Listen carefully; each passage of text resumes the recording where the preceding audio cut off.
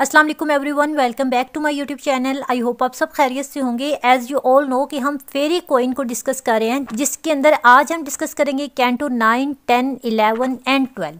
पिछली वीडियो में हमने कैंटो 8 तक पढ़ा, जिसमें हमने देखा रेड क्रॉस है वो वहाँ से उस किले से निकलने में कामयाब हो जाता है और उसको कामयाब करने में ऊना और किंग आर्थर उसकी हेल्प करते हैं। अब जबकि वो तीनों जीत जाते हैं और उस किले के अंदर आराम कर रहे होते हैं, जश्न मना रहे होते हैं, तो यहाँ से कहानी को आगे बढ़ाते हैं। कैंटो नंबर 9 को स्टार्ट करते हैं। स्टूडेंट्स, जब आर्थर, रेड क्रॉस और ऊना ऑर्गे गोलियों के किले में कामयाबी हासिल करने के बाद आराम कर रहे होते हैं, तो ऊना आर्थर से उसका नाम पूछती है और उसका हस्ब नस्ब पूछती है, यानी उससे पूछती है कि आपने हमारी इतनी हेल्प की है, आप असल में हैं कौन। ये सवाल एक्चुअली आर्थर के लिए काफ़ी ज़्यादा तकलीफ़दा होता है, क्योंकि वो नहीं जानता कि उसके वालिदैन कौन थे। वो वेल्स में पला बड़ा था और जादूगर मर्लिन ने उसे तालीम दी थी। फिर ऊना उससे पूछती है कि वो फेरी लैंड कैसे पहुंचा। ये सवाल आर्थर के लिए और भी ज़्यादा तकलीफ़दा होता है। वो बताता है कि एक दोशीज़ा जिसने खुद को फेरी लैंड की मलका कहा, उसके ख्वाबों में आती है और उसे अपनी तलाश में फेरी लैंड लेके आई, जहाँ वो 9 महीने से उसे तलाश कर रहा है। रेड क्रॉस और ऊना उससे काफ़ी ज़्यादा हमदर्दी करते हैं, लेकिन रेड क्रॉस और ऊना को अपना सफ़र जारी करना होता है, क्योंकि उनका मकसद था ऊना के वालिदैन को उस ख़तरनाक अजदहे से बचाना। लिहाजा वो वहाँ पर आर्थर को गुड बाय कहते हैं और रुखसत हो जाते हैं। अब क्या होता है, ऊना और रेड क्रॉस अपनी मंजिल की तरफ रवाना होते हैं, लेकिन ऊना काफ़ी ज़्यादा परेशान होती है, फ़िक्रमंद होती है कि कैद में रहने की वजह से रेड क्रॉस बहुत वीक हो चुका है और शायद अब इसके अंदर इतनी हिम्मत नहीं रही कि इसके वालिदैन को कैद में रखने वाले अजदहे को शिकस्त दे सके।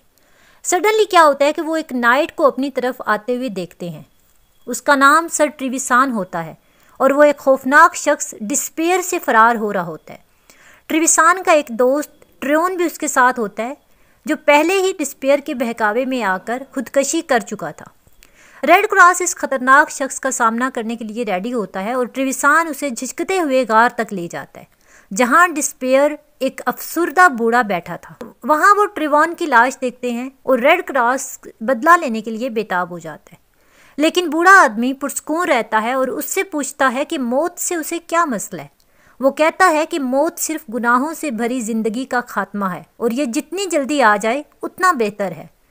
वो रेड क्रॉस की तमाम वीकनेसेस और गुनाहों से भी वाकिफ़ था और उसे तकरीबन सुसाइड करने के लिए कायल कर लेता है, लेकिन ऊना उसी वक्त इंटरफियर करती है और रेड क्रॉस को गार से बाहर ले आती है। ऊना को यकीन हो जाता है कि रेड क्रॉस को मदद की ज़रूरत है, लिहाजा वो उसे हाउस ऑफ होलीनेस ले जाती है, जहाँ सीलिया नामी एक नेक औरत अपनी 3 बेटियों फिडेलिया, स्पेनरा और चेरसा के साथ रहती है। वो सभी मिलकर रेड क्रॉस की फ़िज़िकल और स्पिरिचुअल बहाली में हेल्प करती हैं। पहले फिडेलिया उसे दीनी तालीम देती है, फिर स्पेनरा उसे तसल्ली देती है कि वो दोबारा मायूस ना हो। आखिर में चेरसा उसे नेकी और मोहब्बत के असूल सिखाती है, यानी उसकी साइकोलॉजिकली बिल्डिंग करते हैं। एट लीस्ट वो ऊना के आबाई वतन पहुंचते हैं, जहां एक ज़बरदस्त दहाड़ सुनाई देती है। ये एक अजदहा होता है जो उसके वालिदैन को कैद में रखे हुए है। रेड क्रॉस ऊना को एक महफूज फासले पर रुकने के लिए कहता है और फिर उसे अजदहे का सामना करना होता है। अजदहा लोहे से भी सख्त खाल और बहुत ही ज़्यादा कांटेदार दुम रखता है और ज़बरदस्त परों वाला खौफनाक जिन होता है। रेड क्रॉस इस पर हमला करता है, लेकिन उसकी नेज़ा अजदहे की खाल पर से फिसल जाती है, यानी उसका वार मिस हो जाता है। अजदहा उसे अपने पंजों में जकड़कर आसमान की तरफ ले जाता है, लेकिन रेड क्रॉस किसी तरह खुद को आज़ाद कर लेता है और अजदहे पर वार करके उसे ज़ख्मी कर देता है। अब अजदहे को गुस्सा आता है और वो आग की लपेट में ले लेता है। किसको आग की लपेट में ले लेता है? रेड क्रॉस नाइट को, जिसकी गर्मी उसकी ज़र्रा को दहकाने लगती है और वो शदीद तकलीफ़ में गिर पड़ता है। खुशकिस्मती से क्या होता है कि वो ज़िंदगी के जादुई कुएं में गिर जाता है, जो किसी भी ज़ख्म को भर सकता है। अजदहा समझता है कि उसने रेड क्रॉस को मार दिया और ऊना नाउमीद हो जाती है, लेकिन अगली सुबह क्या होता है कि रेड क्रॉस उस कुएं से दोबारा ताज़ा दम होकर बाहर आता है। वो पहले से ज़्यादा पावरफुल हो चुका होता है और दोबारा लड़ाई के लिए तैयार हो जाता है। वो अजदहे के सर पर वार करता है, लेकिन अजदहा जो है वो जवाबी हमले में उसे ज़ख्मी कर देता है। اس کے بعد ریڈ کراس پھر سے پیچھے ہٹتا ہے اور ایک جادوئی درخت کے نیچے گر جاتا ہے جو اس کے زخموں کو ٹھیک کر دیتا ہے۔ تیسری صبح کیا ہوتا ہے کہ ریڈ کراس مکمل صحت مند ہو کر نکلتا ہے اور اژدہے کے کھلے منہ میں تلوار گھسیڑ دیتا ہے اور اژدہا زمین پر گرتا ہے اور مر جاتا ہے۔ اونا کے والدین جو اس قید سے آزاد ہو جاتے ہیں ریڈ کراس کی بہادری پر شکر ادا کرتے ہیں اور پورے ملک میں خوشی منائی جاتی ہے۔ موسیقی، جلوس اور جشن ہوتا ہے۔ سبھی یہ ایکسپیکٹ کرتے ہیں کہ ریڈ کراس اور اونا کی شادی ہو جائے گی، لیکن ریڈ کراس اعلان کرتا ہے کہ وہ ابھی فیری لینڈ کی ملکہ کی خدمت میں 6 سال مزید گزارے گا۔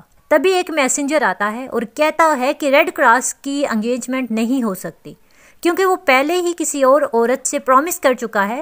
جب ریسرچ کی جاتی ہے تو پتہ چلتا ہے کہ یہ سب ایک سازش تھی اور میسنجر دراصل دشمن آرچیمیگو ہوتا ہے۔